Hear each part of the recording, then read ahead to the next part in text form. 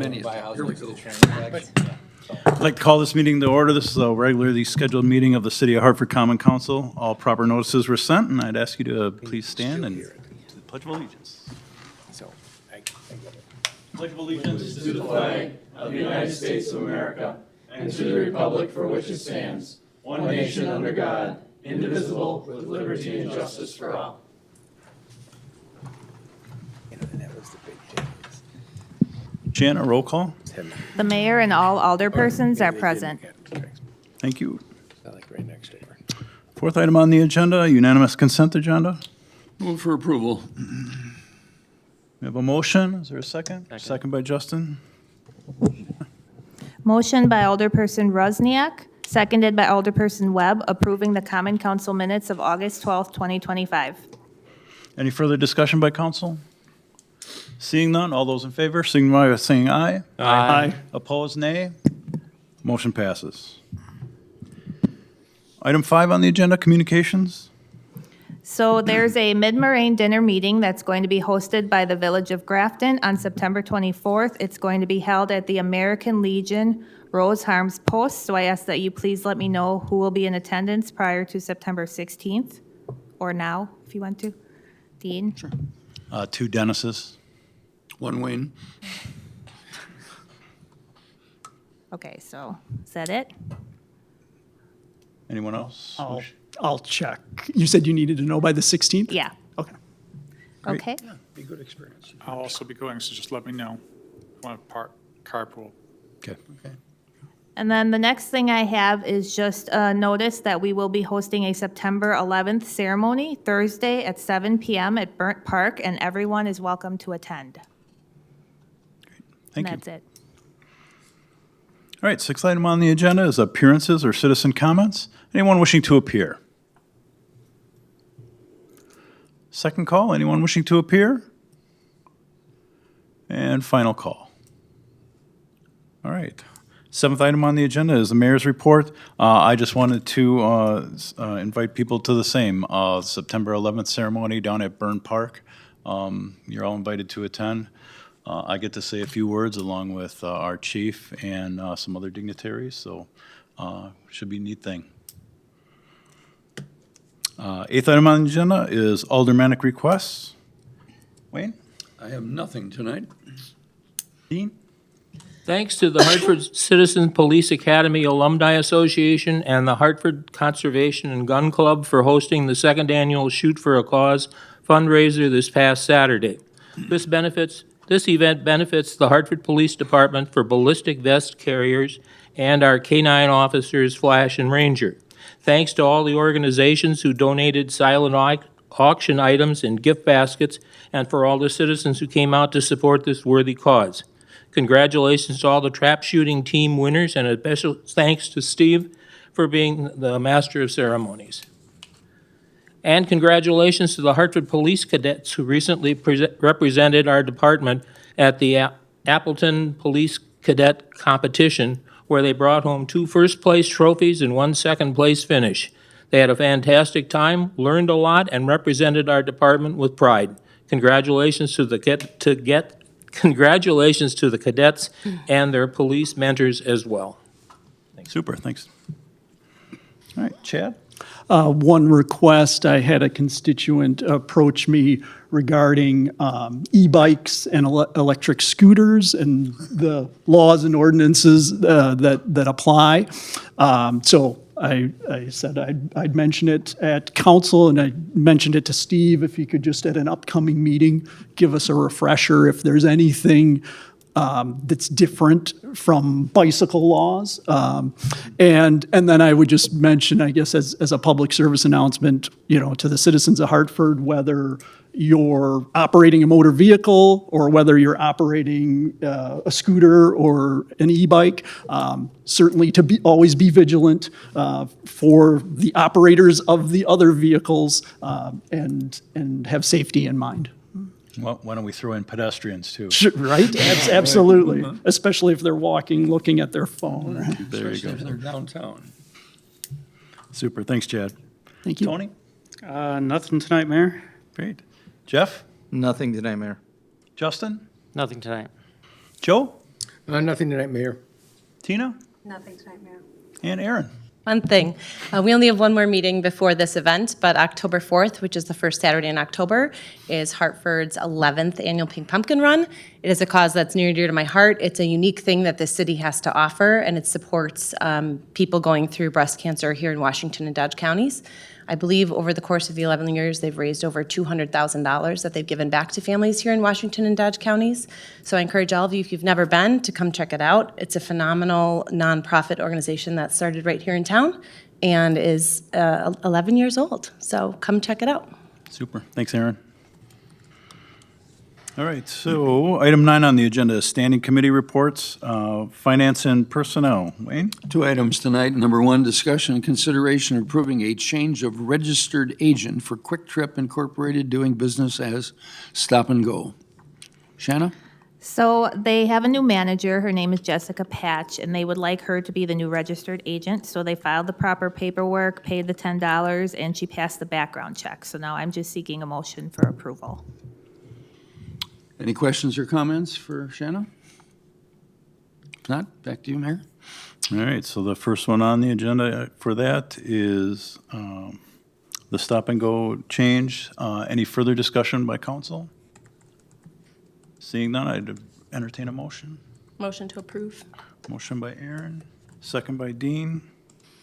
Motion by Alderperson Wilk, seconded by Alderperson Curley, approving a change of registered agent for Quick Trip Inc., DBA Stop and Go. Any final discussion or comments? Seeing none, all those in favor signify by saying aye. Aye. Opposed, nay. Motion passes. Wayne? Second item, discussion and consideration approving a cigarette, tobacco, and electronic vaping retail license for Halsey Incorporated doing business as the Bank Shot Sports Bar. Shanna? So he had initially advised that he would no longer be interested in selling cigarettes, but he's obviously has since changed his mind. So he filed all the paperwork for a new cigarette, tobacco, and electronic vaping retail license, paid the fee, and everything passed in the background check. So I'm just seeking approval for this. Questions, comments? If not, back to you, Mayor. All right, so the second one.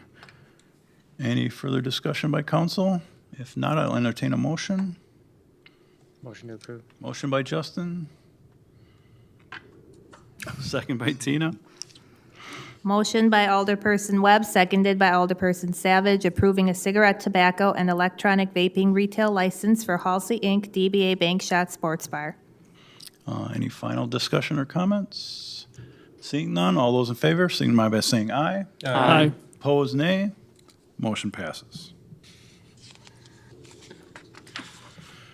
All right, item 10 on the agenda, resolutions and possible action thereon. The first one, resolution number 3744, a resolution levying special assessments for unpaid Hartford utility accounts, business improvement district assessments, and assessments for special services on the 2024 tax roll. So this is an annual resolution where we place unpaid utilities, the unpaid bid assessments, and unpaid service invoices upon the 2024 property tax roll. This is authorized under Wisconsin statutes, and this allows the finance department to notify property owners of these unpaid items and of the city's intention to recover its costs through the property tax system. It also provides a grace period during which payments will be accepted, thereby preventing placement on the tax roll. And obviously, we're recommending approval of this. Any discussion by council? If not, I'll look for a motion. I have a question. Oh, Tina? So if somebody doesn't pay their utility bill, who's in charge of that? Or who has to pay for that? The landlord? The property what- owner. The property owner? It's always That been that doesn't way. seem very fair. Yeah. That's the fun of being a property owner. There's several processes, and because you brought it up, I'll give you a 20-minute thesis on it. But because the situation You got is 3 that minutes. with utilities, we have to take it to the first actual owner of said properties. And so that's why when we do get notification of someone not paying their bill, we contact the property owner and the tenant in essence. So that's the reason we have to do that. Motion to approve. Is there a second? And a I'll second? second it. Motion by Alderperson Turchi, seconded by Alderperson Kohler for the adoption of proposed resolution number 3744. All right, any final discussion or comments by council? Seeing none, all those in favor signify by saying aye. Aye. Opposed, nay. Motion passes. Second resolution is resolution number 3745, an advisory resolution supporting reversal of the U.S. Environmental Protection Agency decision classifying portions of Washington County as serious non-attainment for the 2015 Ozone National Ambient Air Quality Standard. Steve? So in front of you, you received a copy of the, thank you, the resolution. The resolution was something that was put together by Washington County. As you can read and have read, again, they are trying to get Washington County removed from the existing requirements that any resident within this county has to have, again, an air quality test done on a vehicle upon the term of renewal. So again, this is just simply a resolution. It means nothing. We're not bound to anything. It's just a resolution of support, basically, for their attempt. I'd like to personally thank our alderperson, Dean Curley. He was the one that brought this to Washington County's attention and basically got many municipalities in Washington County to see if we can get this rescinded. So, we can. Super. Any further comments or questions? If not, I'll entertain a motion. Motion by Dean Curley and second by Tony.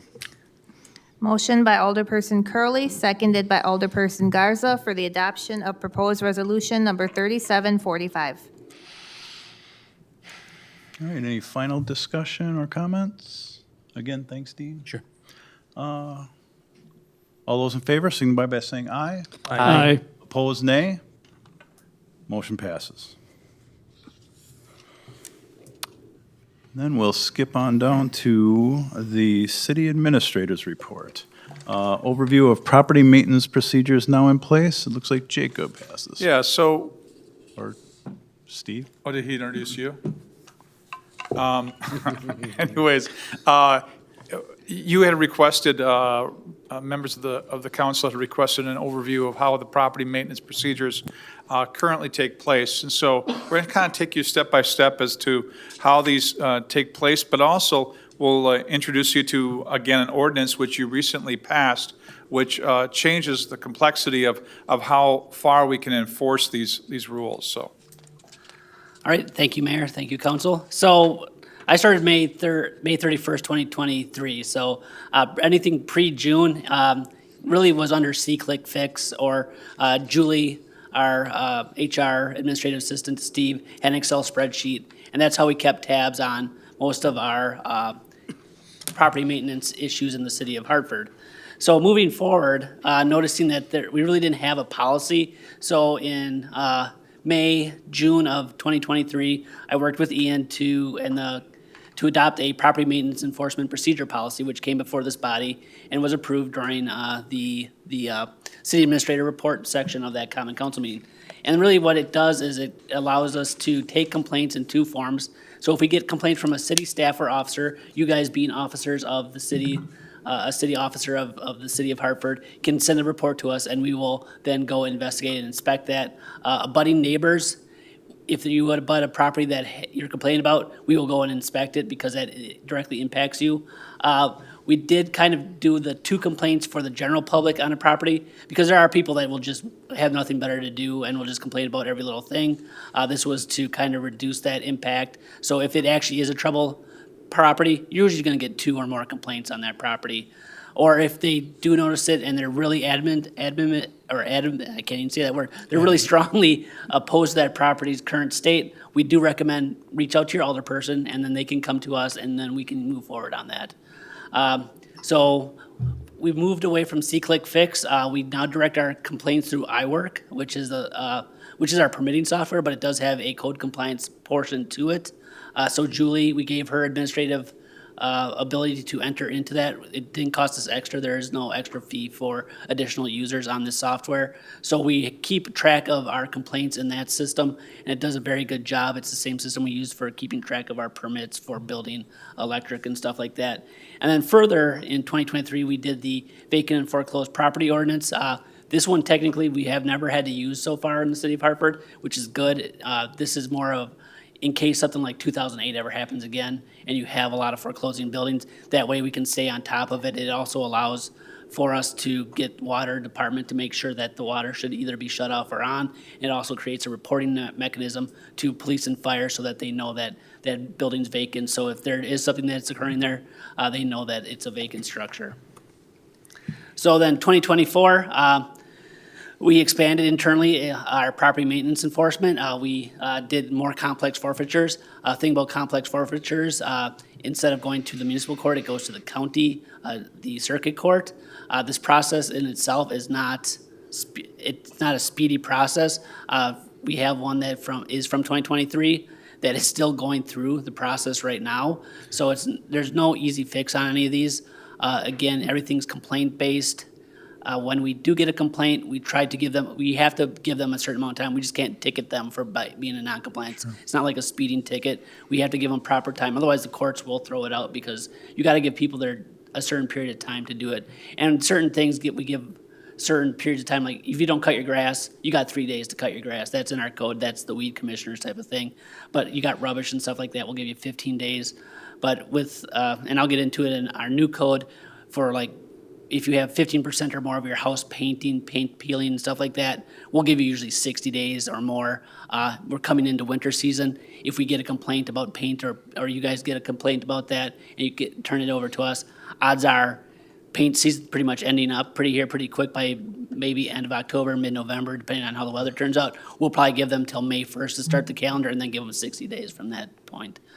We have started working with the fire inspector more, especially on multifamily tenant structures as well as commercial, because they have to do yearly inspections. Our building inspector doesn't do yearly inspections on a lot of these properties, whereas the fire department has to. So we're now working with the fire inspector to go into these properties, especially ones that we have concerns about with multifamily or just dilapidated commercial buildings. Luckily for us in the city of Hartford, we do not have a huge commercial property issue, but we will be, as I go forward, we will be looking at just doing some general inspections of signage and stuff like that, making sure everything's backlit properly at night or something like that. But during 2024, we realized that there were limitations to our property maintenance code. It was maybe 7 pages altogether, and there was a separate portion for commercial versus residential. So it was kind of split up, and it just made it tougher to enforce. So in 2025, we adopted the new zoning code. One of the key components of the new zoning code was the performance standards. The prior code was pretty silent on that. And what the performance standards are like, what are the candle light at the property lines, like measuring that type of stuff, or decibels for noise. The prior code didn't have that type of stuff. So now we can actually record decibel levels or the candle watt or candle light at the property line to make sure that they are not, blinding their neighbors or making them go deaf from the noise that are coming from them. And usually it more involves industrial next to commercial or residential when you get the noise ones. But we have a very cooperative industrial facilities here. So usually we don't even have to send them a letter. We just call them up. Tom Hosted with Hartford Community Development Authority, he's very good at getting us contact information on who to reach out to so it doesn't go to a letter. Then we did adopt this new property maintenance code here in 2025. Again, the old code was 7 pages. The new codes are over 40 pages, and it breaks it down to commercial, residential, and just general property maintenance standards. It still includes the vacant, foreclosed stuff. It also sets up the standards by which we mail out stuff to give notice. So moving forward, again, continued property maintenance enforcement. Right now, we're down a zoning administrator, so we're still working on that, but please give us a little leeway if we're a little late on letters and stuff like that or inspections. But we're also started working with the police department more. Officer Barr is our liaison now.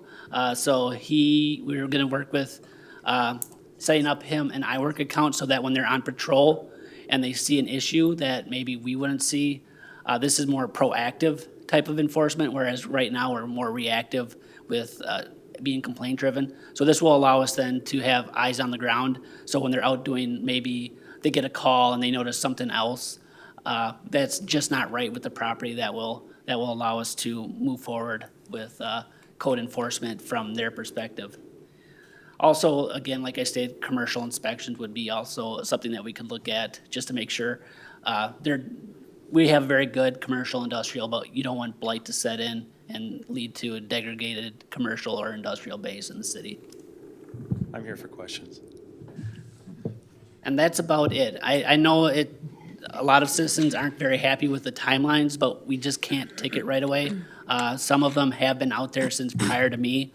We're trying to work with those with complex forfeitures, but with the adoption of the new code, it kind of sets everything at zero. So we're trying to build that base so that we can take it to, instead of the municipal court. Municipal court, sometimes we've had issues where the judgment will be not that they pay the fine, but they just have to do community service, whereas the circuit court will provide steeper fines. And also we've attached it to the nuisance code. So the nuisance code allows us to abate stuff if it ever comes to that. So our enforcement has become more robust. It's just we're building up to that right now with the adoption of the new code and kind of resetting at zero when we adopted this code.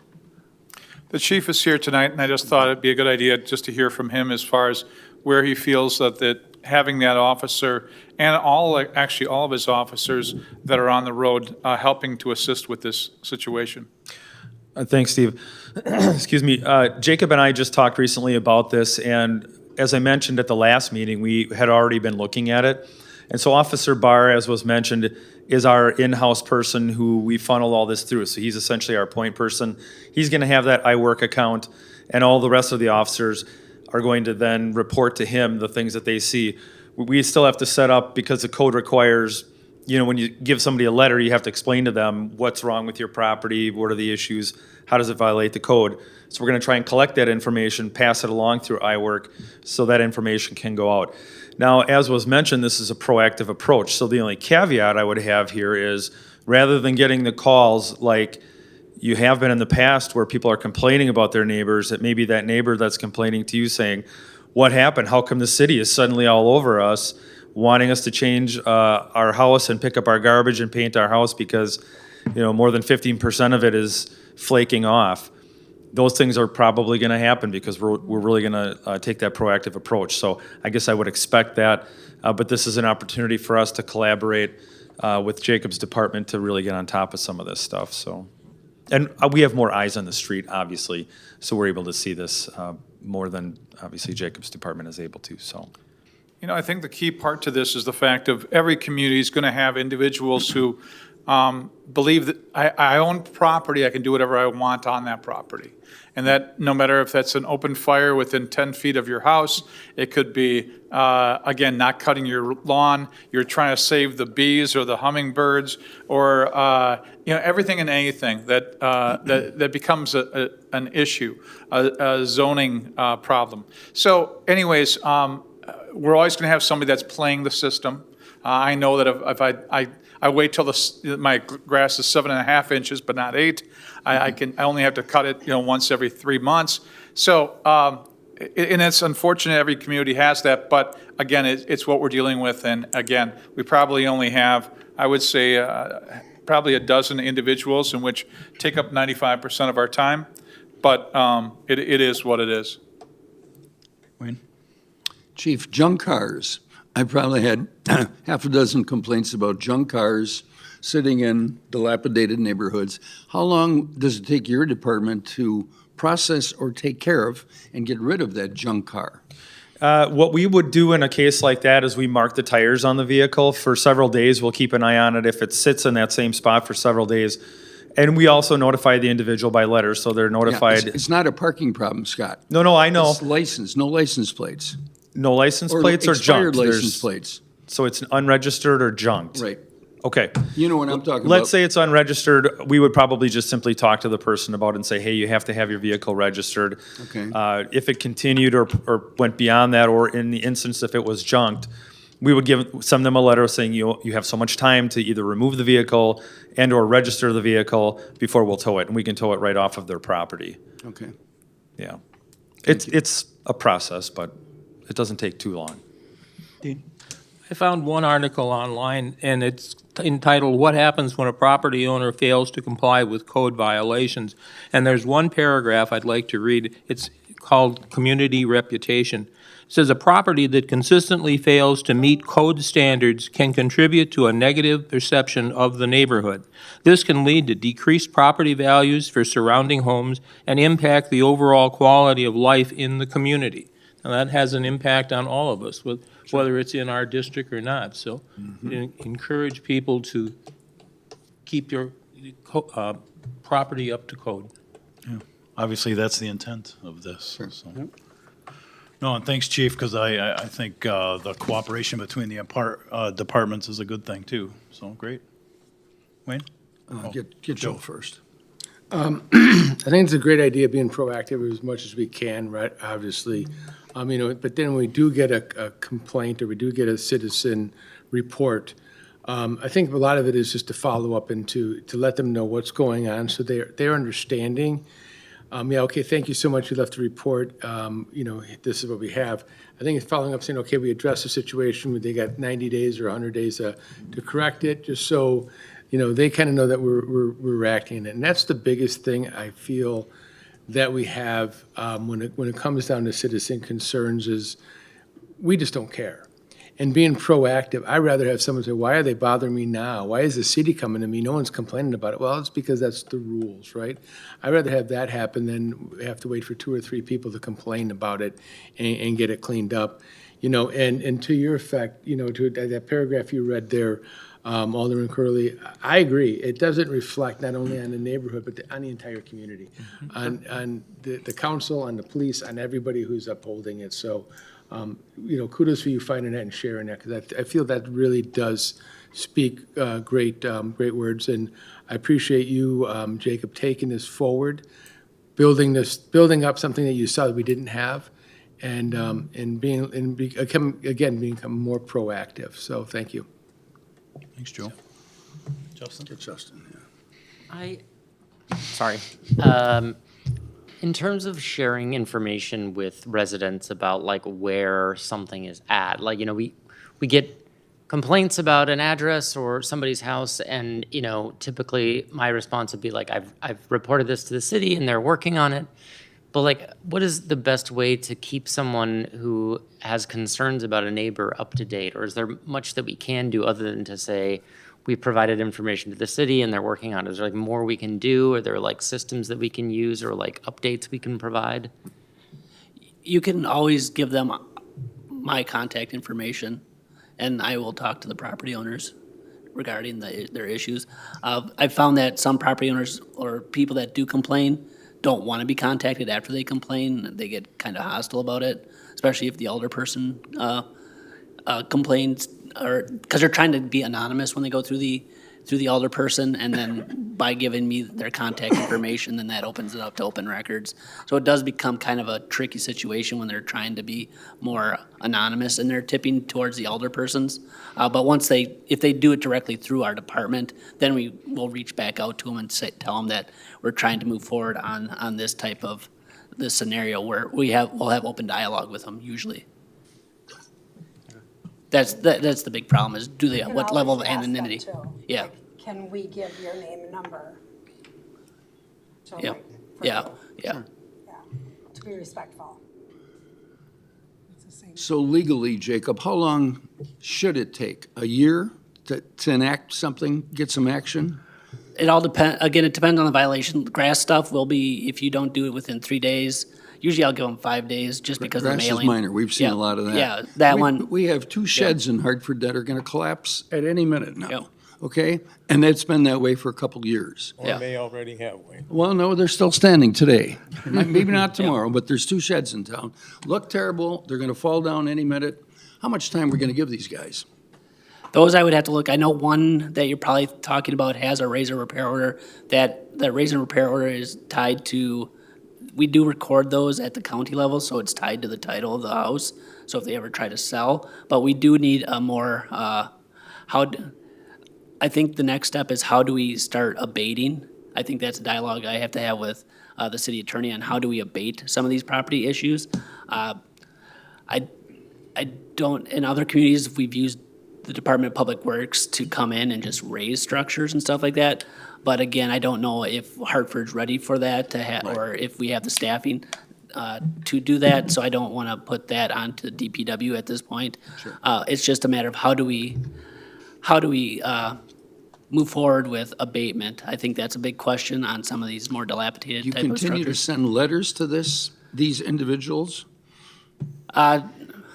On the ones that you're thinking of, I'd have to check back in iWorks if we've been sending them letters.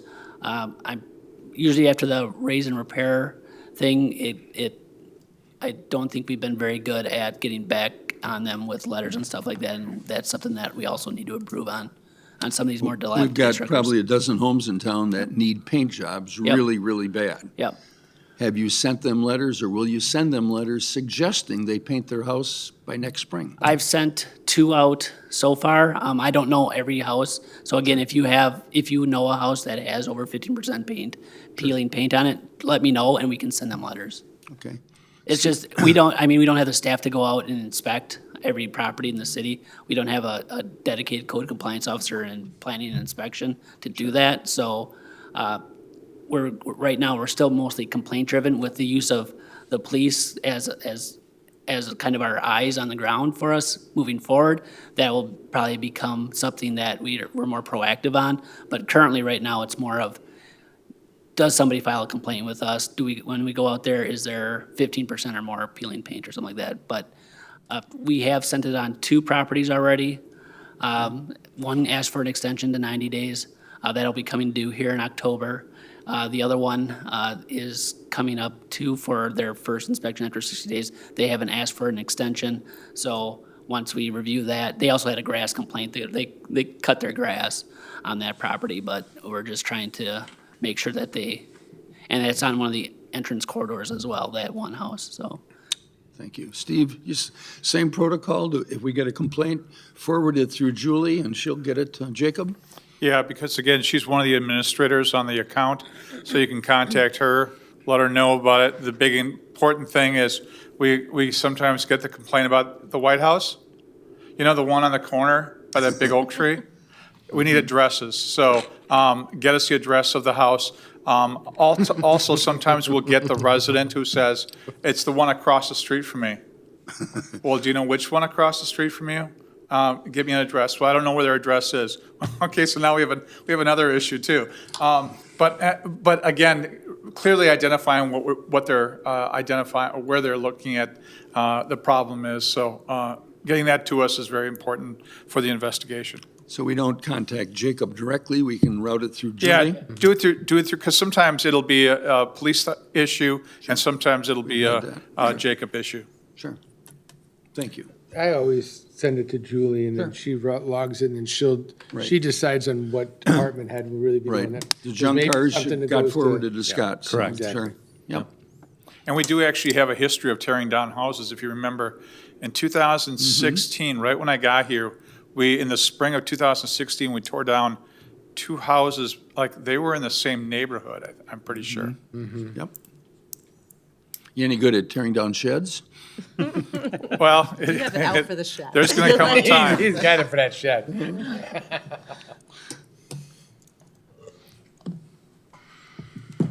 Any other questions?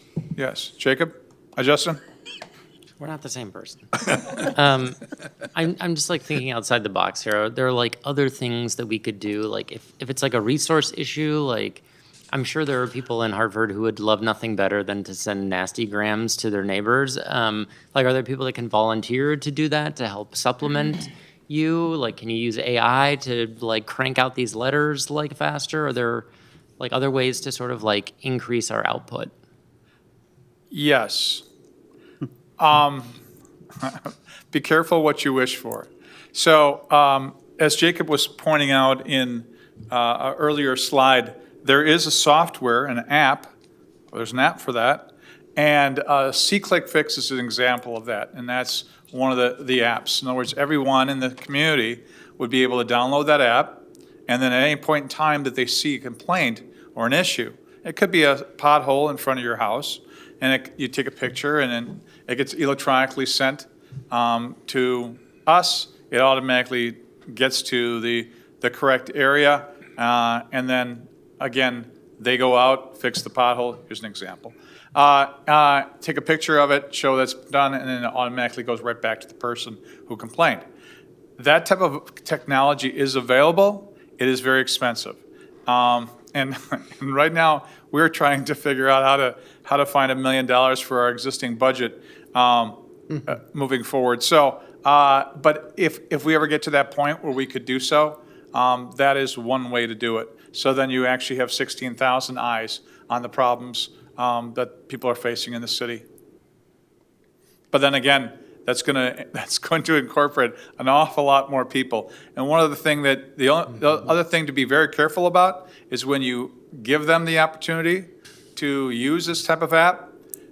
Let's just say you see a pothole on a Tuesday night at 5 o'clock. Take a picture of the pothole in front of your house. We will not get that until the next morning. Somebody hits the pothole and now has caused damage to their car. Who is now liable for it? The problem is the city now is liable for it because the fact is we were notified electronically after 5 o'clock that there was a problem. So it's kind of a be careful what you wish for situation because yes, it'll cause an awful lot more work for staff. It will identify. It will help to communicate with residents about the existing, where we're at with it, but you don't have the staff to handle what the wave of information that's about to come your way. Yeah, I mean, I think that's like focusing on the reporting portion of this, and I'm more focused on like, we're getting plenty of reports. What are we doing with them to follow up on them? Yeah, so and it automatically, you get that app, you take the picture, and all of a sudden it'll say, okay, the DPW has received your complaint. And then they report back, we'll fix it today. And then they get that report back. And then they come out that morning, fix the pothole, fix the situation, and they take a picture, send it back, and automatically goes back to you who made the report. There's a lot of good situations there. It's a constant communication, but there would be an awful lot more work that's involved, and again, it exposes us for all liabilities that are available in a community of 16,000 083. So there is a possibility of something of that nature. Again, we'd have to be able to afford it and then be able to utilize it and go from there. And when we do receive a complaint, we have to go back out there, even though that you tell us what is out there, we go out there and inspect it just to make sure, just to verify. So that's always gonna be a time-consuming portion of it, because we need to document and stuff, because at the end of the day, I hate losing in court. So I wanna make sure we document all the violations. One, before we send the letter, and then when we go out and do the re-inspection after the period of time, again, more pictures are taken based off of that. I think that's the time-consuming part, is the going out and doing the inspection. It's not the letters and stuff, it's the going out and inspecting. And again, if an individual, like, after a reasonable time, if all of a sudden they give us a complaint on a Monday about their neighbor's house, if they get back to us by the end of the week and say, can you explain to me where you're at with this? Julie would be able to give them that report, because they'll be able to see, yep, Jacob went out on Wednesday, is sending a letter, yada, yada, yada. So the information is available. Aaron? I have a follow-up question. Maybe, I don't know, I feel like Justin was asking this and maybe Wayne was earlier. So it's reported, we inspect it, but now you said there's only been 2 letters that have gone out. So my question is, how could we make sure that like every 30 or 60 days, those people who we've already inspected who are in violation of whichever one this is are getting a consistent, like what is that process and how do we make that, I don't know if this is what you were asking or not, but how is that part, could we make that more automated right now where we, I don't know, there's some kind of auto-generated letter that's gonna go out repetitively so they have multiple warnings until there's the next we raise a house or a shed, we take down a shed. Yeah, I think We do not, part of it is like, if they think we forgot about it, Yeah, like, right. what incentive do they have to Right. fix Right, it? Like, correct. you want to drum them to death Right. with like, we care about this and Or like, text we're or- paying attention to it and you need to fix it. Put a little paint on the letter, something like that. That was, yeah. What are we doing currently, and can we make it more, like, do they get 6 letters? 1 per month for 6 months, and then at the end of 6 months, we take a different action, or we call them, or we're text, I don't know. Show up So at their house. how the system currently works is they get a letter, notice of violation. You only get 1 notice of violation. We go out after whatever period of time. So if we give them 15 days, we go out there at 15 days, inspect, take pictures, and if they're not compliant, we work with the police department to send a citation to that. yeah, it's not a letter after letter after letter. They get so much time to fix the problem. If they don't, they get a citation. Now, you all understand what citations mean. You get a piece of paper that says appear in court in about 30 to 60 days. 30 to 60 days comes, your neighbors are still upset because the house hasn't been painted. But 60 days later, they show up in court, oh, by the way, they can't make the court date, and now it's been pushed back 30 more days. And then 30 more days comes, and all of a sudden they show up, and they go, well, unfortunately, I can't financially afford to paint my house right now. Well, now we're talking October, and now you're looking at, again, May of next year. So again, I'm not trying to belittle the situation, but there's individuals who know how to play the system. And the system isn't foolproof. But by law, we have to do it a certain way. And there will always be those individuals, no matter what community you're in. And all we can do is do exactly what we can do and have to do to keep it on track. So, and then they go to court. They go to court and they again, they can argue, get an attorney, and then they argue this and that. We could be locked up into this for 2-3 years. I mean, like I said, 5% of the population takes up 95% of our time. And that's not just Jacob's time, his zoning administrator. It also takes up our assistant's time. It takes up our police officer's time and our attorney's time. We're in a case right now where it's been inspection situation at least 2 years. It's going into trial now. Yeah. Okay, thank you. Well, thank you for all that. I actually appreciate it because this is, like I said, keeping our community in a better shape, or at least, the intent to do that. And I think it's a good thing that we're taking these extra steps. So thank you again. Appreciate it. Any further comments? None. Last item on the agenda is adjournment. Do I have a motion? Motion by Tina. Second by Aaron. Second. Motion by Alderperson Savage, seconded by Alderperson Wilk to adjourn at 7:42 PM. Any further final comments? Seeing none, all those in favor, signify by saying aye. Aye. Opposed, nay. We are adjourned.